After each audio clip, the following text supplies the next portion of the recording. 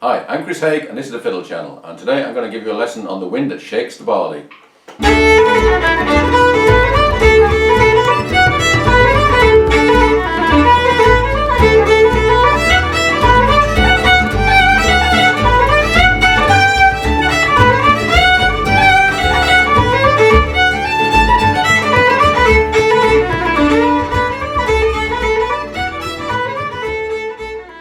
This was a request for Dale McGregor. Thank you, Dale, for asking for this one.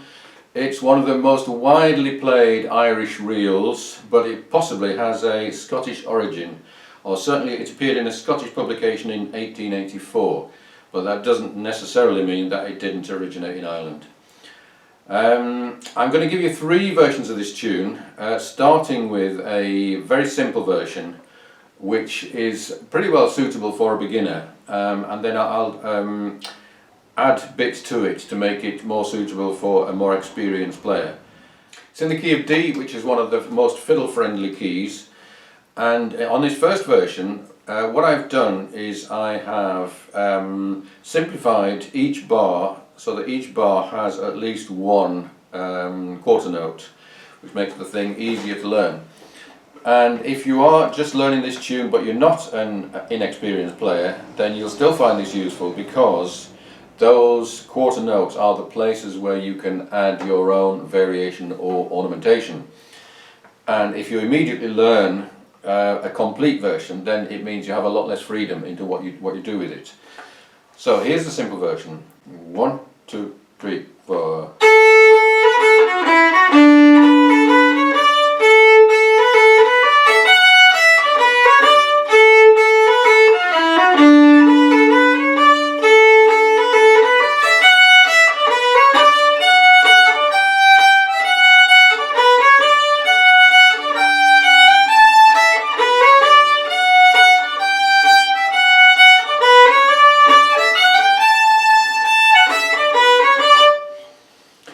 So, a couple of things to say about this. First of all, it's played with swing, and I think almost everyone plays this with swing. Just to show you the difference, here it is played without swing. And here it is with swing. So it's a question of, is it da da da da da da da or da da da da da da da.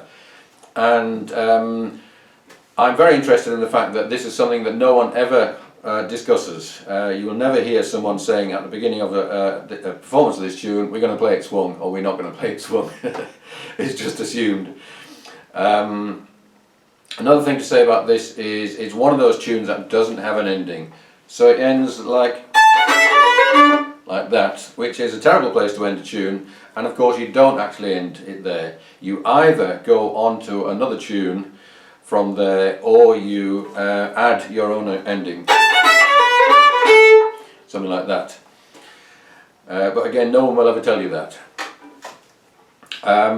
So this version, it's useful as a beginner, and it's useful because it's close enough to the original melody that if you played at a session, then it would be absolutely fine to play like this. And the notes that you played that were different from other people wouldn't be standing out enough to make it obvious that you were actually not really sure what you were doing.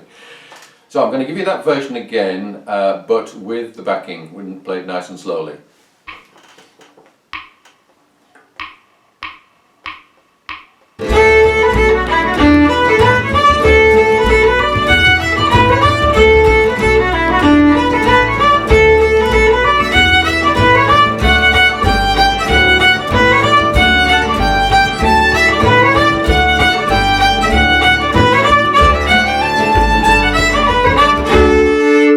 So that's a good place to start.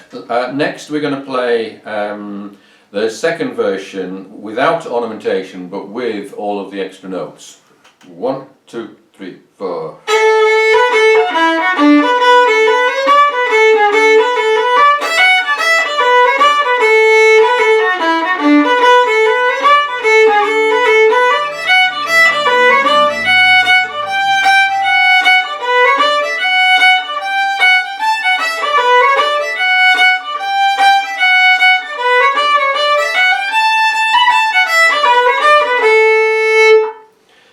One thing to say about this, in the second half, it's good to play a strong accent on the 2 and the 4. It's a little bit like the Georgia Shuffle kind of feel.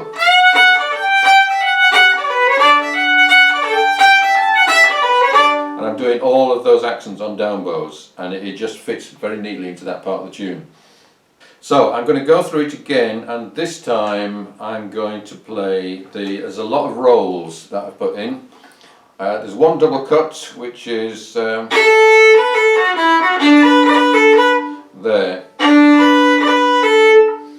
So I'm just flicking the first and third finger before that B note. That happens again on the second line, and then in the third and fourth lines we've got a whole load of rolls, and I do have a video about the roll.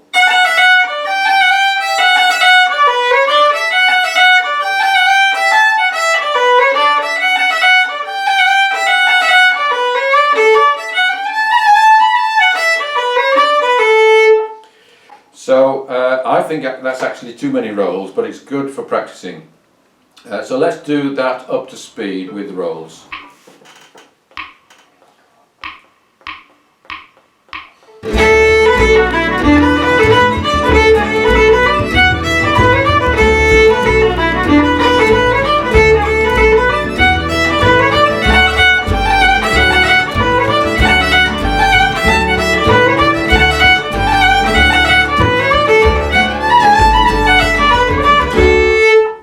Okay, finally I'm going to show you just a few other different ornaments that you might use, because I definitely think that as a long-term goal you should be aiming to be able to do this differently every time you play it.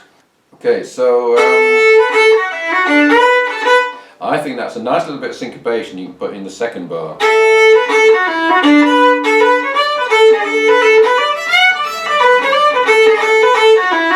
You can do a slow roll on there.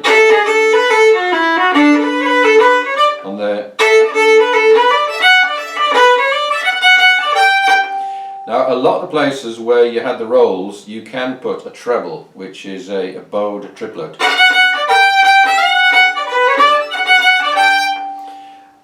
You can just play one of these notes without any ornamentation like this. A long slide is nice at the beginning of a line. There's a thing that flute players do a lot, which is breathing. Unlike pipers who play continuously, fiddlers tend to imitate the pipers and also play continuously, but it's great to do a stop, just to stop occasionally and lift off.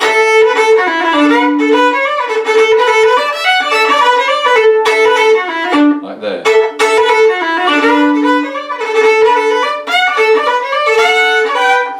Double stops or drones.